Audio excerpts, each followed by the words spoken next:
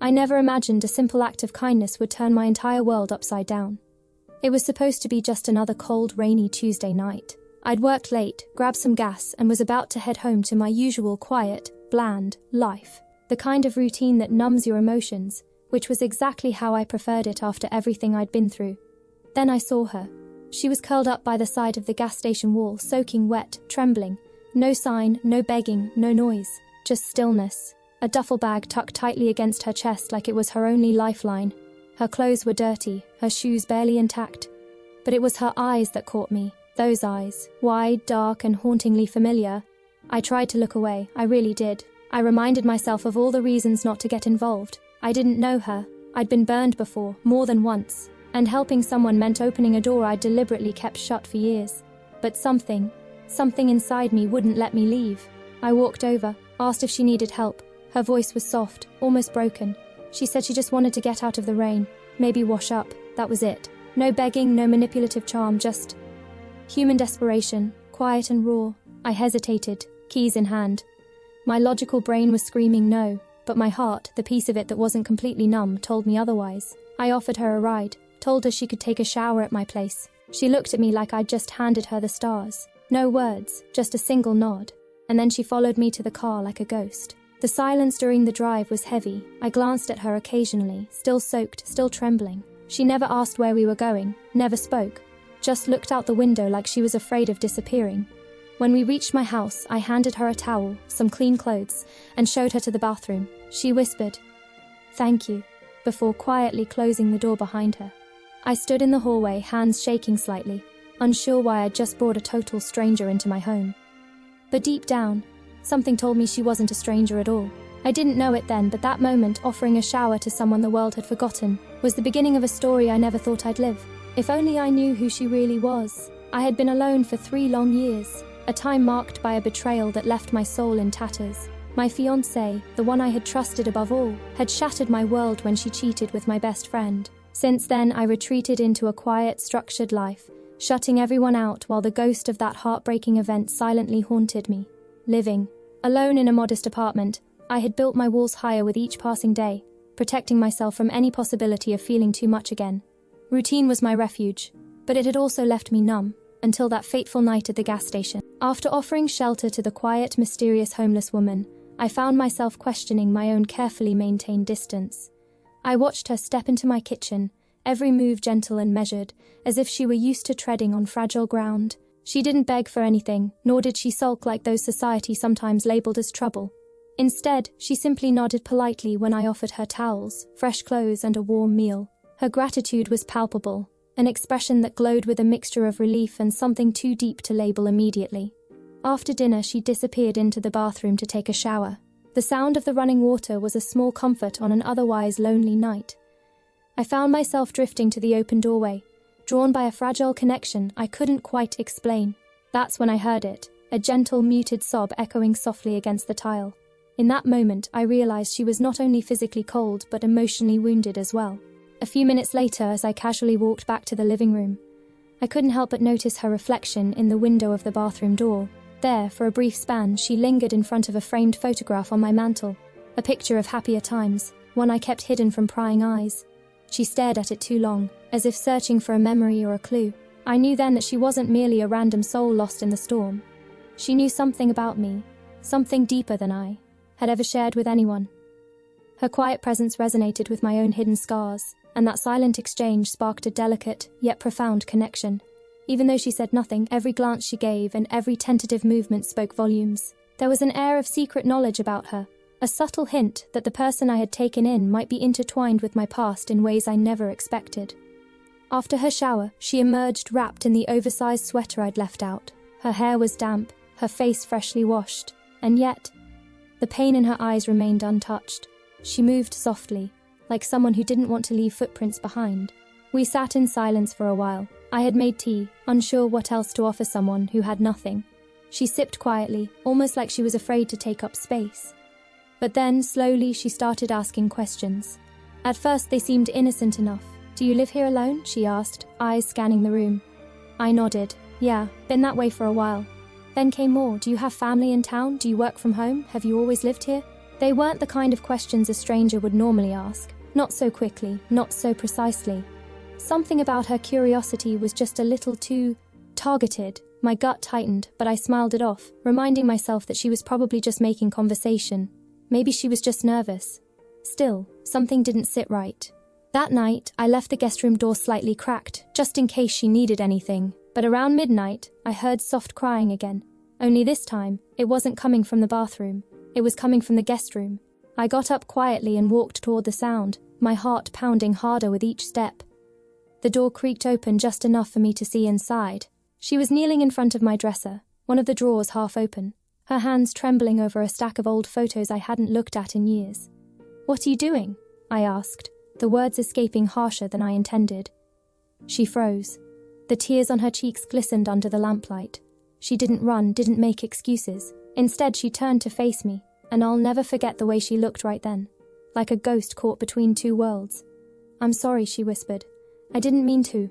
I had to see them." "Who are you really?" I asked, my voice cracking. She hesitated, then said the name I hadn't heard spoken in years. Her name, my breath caught. My legs went weak. I stared at her face, so changed by time, by suffering, by life's relentless cruelty. But now that she'd said it, I saw her. I saw the woman I had once loved more than anything. "My God," I whispered. "It's you." She broke down then, sobbing uncontrollably, clutching the photos like they were all she had left of herself. And in that moment, I realized, the woman I thought did lost to betrayal and lies hadn't just disappeared, life had destroyed her. I stood there frozen. My heart was racing, but my limbs felt numb. I didn't know if I wanted to scream, cry, or collapse. The face in front of me was older, thinner, broken, but it was her, Emma, the woman who shattered my heart. She knelt on the floor, gripping the old photos like they were all that tethered her to this world. I wanted answers. I wanted truth. But more than anything, I wanted to understand how someone I loved could vanish and leave me in ruins. "I didn't cheat on you," she whispered, her voice shaking. "I didn't say a word. I couldn't." Every muscle in my body was tight, every emotion I'd buried for years clawing its way back to the surface. He lied to both of us. I found out about his lies too late. He told me you were cheating. He said you were done with me, that you wanted someone else. And I was stupid enough to believe him. She looked up at me, eyes soaked with guilt. I left that night because I was angry, heartbroken. But then, I found out I was pregnant. I thought maybe it was a sign to start fresh. I thought I'd raise the baby alone and figure things out. My chest tightened. "But I lost the baby," she said, her voice cracking, 6 months in. "And when I turned to my parents for help, they turned me away. Said I'd brought shame to the family." My anger flared, but it wasn't directed at her anymore. It was at the world, at the lies, at how 2 lives had been shattered by one man's manipulation. I wanted to come back. So many times. I stood outside your building more nights than I can count, but the shame kept me from knocking. I turned away. My hands were trembling. I didn't know what to believe or how to believe. "You should go," I muttered, voice hoarse. "I can't do this right now." She nodded, quietly collecting her things. She didn't fight it, didn't beg, just walked slowly to the door. But before she left, she placed a small folded letter on the table. "For when you're ready," she said, not looking back. Then the door closed behind her, and I was left in silence, staring at the letter, afraid to open it, but even more afraid of what it might say. I didn't sleep that night. I just sat there, staring at the letter on the table like it was ticking, like it might explode and blow the past wide open.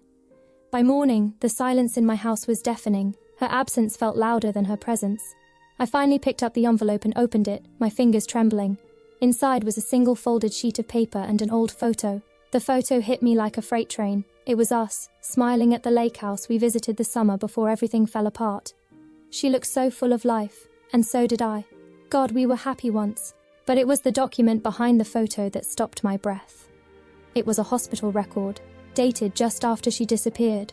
Emergency admission, contusions, bruising, minor head trauma. And in the comments, assault by known acquaintance. Victim refused to press charges out of fear for another party's safety. My hands began to shake. Then I read the letter. "You deserve the truth, even if it's too late to matter. I never cheated on you. It was Michael. He came on to me. When I told him no, he made up lies, told me you'd been seeing someone else. I was young, hurt, and I believed him. But when I confronted him again, he snapped. He assaulted me. He said if I told you, he'd destroy you too. Said he'd ruin your job, your name, your life. I didn't want you near him. I didn't want him near you. So I disappeared. I found out I was pregnant a few weeks later. And even though it hurt, I kept telling myself that one day I'd come back. But when I lost the baby, I lost everything. My home, my family, my strength. You hated me for leaving. But I left because I loved you more than my own safety. I never stopped loving you. I never will. I dropped the letter. A cold wave of grief and guilt crashed over me. All these years I thought she destroyed me. But the truth was, she was the one who'd been destroyed. And she did it to protect me. I ran out of the house. I didn't know where I was going. I just knew I had to find her. I went to every shelter, hospital, church basement I could think of. Nothing. Every sorry we haven't seen her felt like a hammer to the chest. Then, a week later, I got a call from a women's shelter across town.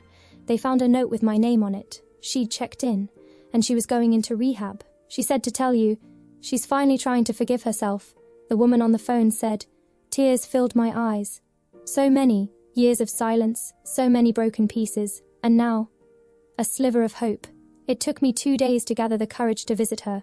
The rehab center was quiet, tucked between 2 overgrown parks and a line of faded apartment buildings. I wasn't sure what I expected. Maybe tears, maybe anger, maybe nothing at all. But when she saw me standing in that doorway, her eyes widened. And then she smiled. Not the same smile from years ago. Not the one from lakeside photos and late-night drives. This one was smaller, fragile, worn, but real. We didn't hug right away. We just sat across from each other in the center's tiny courtyard, surrounded by flowers trying to bloom through cracked pavement. I didn't think you'd come, she said softly. I didn't think I could, I replied. But I had to. The words didn't pour out at once. There were silences, long ones, but we talked. She told me how she spent years blaming herself, not just for what happened, but for what didn't. The apologies she never gave, the truth she never told, the life she thought she'd ruined. And I told her the truth too, how I hated her for leaving, how I numbed myself with routine, how I became a ghost in my own life because I didn't know how to forgive someone who never explained why they hurt me. We cried, both of us, and for the first time in years those tears didn't feel like pain, they felt like release. We didn't talk about getting back together. There was too much healing still ahead. But I started visiting her every week. Sometimes we'd talk, sometimes we'd just sit in silence, side by side. I brought her books. She started sketching again. She smiled more. Over time I watched her rebuild, not just her life but herself. And somewhere along the way I realized something I never expected. I wasn't just helping her heal, she was helping me too. The broken parts of me I thought I had buried, the trust, the hope, the heart, I was finding them again, piece by piece, all because of one rainy night, all because I stopped the car, all because I opened my door and my heart. I thought I was saving a stranger, I reflect now, staring at the photo she left in my hands that day. Turns out, I was rescuing the part of myself I'd buried years ago. All because of one rainy night, all because I stopped the car. All because I opened my door. And my heart. I thought I was saving a stranger, I reflect now, staring at the photo she left in my hands that day. Turns out, I was rescuing the part of myself I'd buried years ago.